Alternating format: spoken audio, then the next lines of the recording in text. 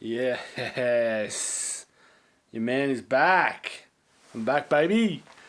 So I'll give a quick recap. So about halfway through 2021, I pulled the pin on Supercoach. I was copping injuries, laid out. What else was going on? Trading blokes out, and then next week they're making big 130s. Yeah, it was just all happening. So, because of COVID as well, like they weren't letting team names out till like the day before, and it was just horrific shit to sort of prepare for. And yeah, I'd had enough of it. So I pulled the pin on it halfway through that season. Full intentions to go back into it last year, but I finished uni at the end of 2021 and just went straight into a job doing what I want to do. So basically, I work for a media company. I'm a journalist. So we have news bulletins, and I do the sports stuff, and we also make like TV ads and content like that. So we live stream like the local footy. We do a heap of stuff, like do the speedway and everything. And I've just been pretty flat out. And last year I just threw myself into that. I just was doing as much as that as I could, because I love this job. So I just put myself into that, and I do my own freelance work, videography stuff. So yeah, I was just fucking slapping around doing all that. I wasn't really thinking about Supercoach at all, and just kind of riding that high with the Cats too. Like they were on a bit of a run that was fun to watch, and so I was just any footy related stuff was just that, and the rest of the stuff was just doing me work. And so and then now I've stepped into a social media manager role for our local footy comp, so the Hampton Footy League. So through work we live stream that and film all the games, and I do all the highlight packages and stuff like that, and now I'm part of their social media team and pumping that right up, so that's been super fun. But the last few months I've been thinking about getting back into doing YouTube videos, because I want to get better at editing and just better with camera stuff and like lights and audio gear and stuff. So I was like, well, I can get back into doing YouTube videos because it's fun and it's easy for me to edit and learn and all that sort of stuff. So and then round one come around, I wasn't going to do Supercoach again, like just hadn't thought about it. And then lunchtime on round one, that Carlton Richmond game, I just slapped a team together. Didn't do a lot of research, and sort of paid that price in round one. But I've picked up the last two rounds, and I'm back addicted. I'm back keen to do it. So I'm going to stick to my style. Like, it's not going to be a big in-depth look at stuff. It's going to be a lot more, me just being a dickhead and having a laugh and trying to get as high as I can in the ranks, and hopefully people keen to watch and run along with me, and we can have a heap of fun together. So that's about it. That's where I've been. That's what I've been doing. Probably don't really give a fuck about that, and I don't blame you. So let's get into Supercoach and let's see where I'm going. All right, here we go. Back on the fucking Supercoach dashboard. It's been a while since I've been on here, but as you can see, 22-12. Not good, not bad. Sort of just fucking thereabouts, top 13%. But as you can see, 6,322 all up, top 17%. Season rank 29 at 30.91. So, I'll show you what I did the first two rounds before we get into it. So first round was dog shit. Like I said, I just made a team halfway through the day of round one. Didn't do any research, wasn't going to really take it serious, but then I just got hooked on it again. Like the love for it's back, the love-hate relationship. So 1892, 74,660 ended up for the round that week, so dog shit. But since then, had a good week last week and the week before, and I've jumped up to 29k, so about 35k in 2 weeks. Let's have a look at the trade history, because you get like 36 trades now, so I feel like you can actually just full burn a few. Anyway, so I had Tom Stewart and Drury, like they were in the original team. Tom Stewart got hurt. They told us, he's going to be out for 4 weeks. Anyway, turns out he just went to Bali for a week, got Bali, comes back and he's like, I'm good to play again, boys. And I hate that I traded him because he went 167 this week. But if they tell you you're out for 4 weeks, what are you going to do? Anyway, so I traded him for Lloyd, and fuck Drury off for Sheasel.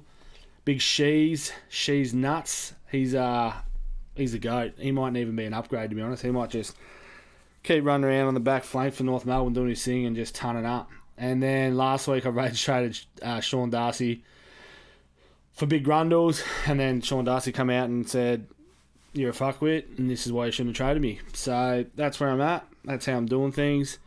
Let's have a look at the team and fucking see what we're doing. So Nicky Dacos, absolutely love this pick. He's a jet. He's playing a halfback flank, doing whatever the fuck he wants. They want to throw tags at him. Doesn't worry him. He went like 149 the first 2 weeks, so Bont, I VC'd him this week, and he sort of snaked me, so I was like, I'll throw it on Nicky Dacos, see what happens at 109, not the best, but loving that pick. Man, I don't know if he's I don't know if he's got a partner or not. If I was him, I wouldn't, because he's pretty much the biggest stud in the world. He's playing for Collingwood, but biggest team in the comp, and they're playing unreal footy. And even people that don't like Collingwood are enjoying watching Collingwood at the moment. So he's kind of like the Prince of Collingwood at the moment. Prince of Melbourne, Prince of Victoria, Prince of the fucking world, actually. So he could be doing some absolute damage off the field as well. I don't know, if I was him, I'd just be out there looking for arse to eat. But, he might have a partner. Don't know. If he does, congrats. If he doesn't, congrats even more. But Nicky Dacos, picking him for his haircut more than anything, but his talent is sort of helping him out, staying in the team at the moment. Then we've got Jakey Lloyd, a couple of 90s out of him since trading him in.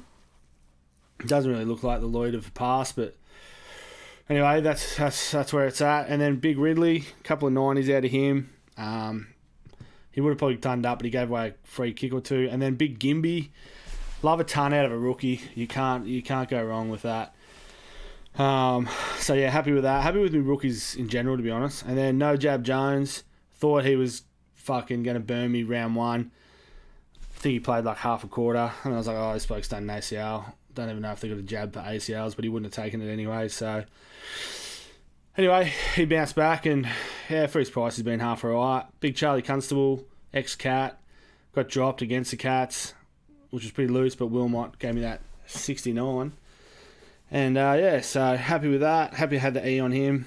Then we moved down the midfield. Captain Oliver. I think I'll just captain him from now on. He's going to win the Brownlow. He's got the most contested possessions in the first 150 games ever by a mile. It was like 200 more. So he's a beast. Melbourne are smoking it. I picked Lockie Neal. I wasn't real sure on this pick. He's pretty spenno as well. But I thought, Brisbane went out in a prelim last year. They'd be hungry and fired up, and he's crucial to that. So I thought, I'm going to back him. So I did. I think that's his first ton this year. I think he got 96 both first 2 weeks, but 117. He's got the Pies at the Gabba this week, so we'll back the man's in. Big Bont. Sort of another Brownlow favourite as well. Has the potential to be absolutely large. He had a really good game, but didn't score that well on Supercoach. Jack McRae, he played not in the guts the whole time, and then when he did go in the guts, he just smoked it. So I don't know what's going on with Big Bevo, but he loves playing his players out of position. Lost Josh Dunkley purely because of that coaching. So McRae, if he had played a full game in the midfield, probably would have scored 812. But anyway, we'll take a 114 every day of the week. Tommy Mitchell, this was a pick that a few people that I talked to in my close Supercoach circles told me I'd regret. He got a 109 round 122 last week, and a 109 this week. Looks really solid in Collingwood's midfield. Collingwood are they're just playing some really gutsy footy at the moment, and everyone there that's playing in the team seems to just be relaxed and just really enjoying their footy, and I think players benefit from that. And I think Tom Mitchell is just looking really good there, and I think he can just absolutely pick it up. Will Ashcroft, absolute jet. Gave us a ton last week. Doesn't look out of place at all. Sort of lucky Sam Walsh and Nick Dacos just straight into AFL and dominating. Mackenzie, 89. We love that. Gilby didn't play. Unreal. Doing God's work.